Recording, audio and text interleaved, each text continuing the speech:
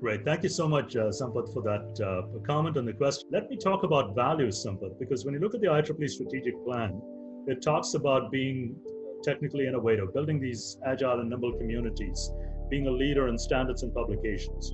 But none of that would be possible without the core values: trust, integrity, community building, partnership and action, global initiatives, but with local impact. And these are things that I think we need to promote vastly. I know everyone around the world is feeling the effects of COVID-19. Certain industries and businesses have been disrupted dramatically, transportation in particular, and then industries that depend on that, the supply chain industry, for example, the whole paradigm is going to shift. Energy, if you think about electricity as being very, very fundamental to our future, it's going to shift. So jobs are going to be a big part of it. So when I think about IEEE members, a student member coming in, who graduates and becomes a young professional, they're looking at what the future of work looks like. And I believe IEEE needs to have a way to provide that to them. At the same time, I want us to remind ourselves and remind our current and future members about our mission, advancing technology for humanity, because this is a time when humanity has literally laid it at our doorstep and said, we are looking for answers and solutions. And of course, none of these answers or solutions are going to happen overnight. It is going to take courage. It's going to take vision. And yes, there'll be a few missteps around the way, but if you don't try, we'll never know, right? One of the things that I learned as an educator, working with a lot of students, is that you start by doing something simple. You start by doing what is necessary. Then you do what is possible, and soon you find yourself doing the impossible, right? This sounds like an engineer said it. It was actually St. Francis of Assisi who said that.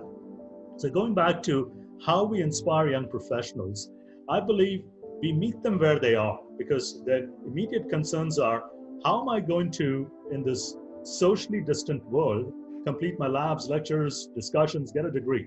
And then the immediate question is, what am I going to do after I graduate, right? Where are the jobs? So I think it behooves us to provide resources. IEEE already is. There's plenty of resources. If you go to the IEEE site on COVID-19, you can access resources through the Learning Network. As a matter of fact, the other day I was looking Sampath, and I was surprised. If you go to books and you can actually browse under the topic and you click on classics, it came up with 373 textbooks that I could download for free. Imagine that, right? We could solve this pandemic and solve other crises down the road if I have to read through all of those books. But the point I'm making is IEEE again has lots and lots of resources. But let's not forget the people are perhaps our best resource. There is a wealth of knowledge that our IEEE volunteers have. There's tremendous background and experience that our staff have.